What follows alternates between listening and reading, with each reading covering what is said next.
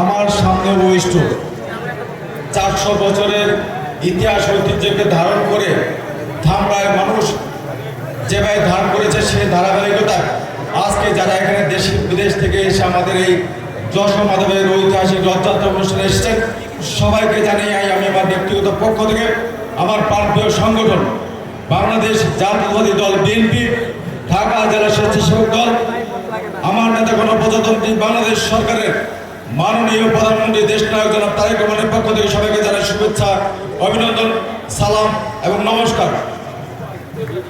বক্তব্য দেওয়ার অবকাশ খুবই কম, শুধু একটি কথা বলে আমার বক্তব্য শেষ করব। এই ঐতিহাসিক যশোর মাধবের রথ শুধু সনাতন ধর্মাবলম্বী ভাইদের না, এই উৎসব আমাদের সবার। ধামরার 3.5 লক্ষ ভোটারের এই রথ সবার।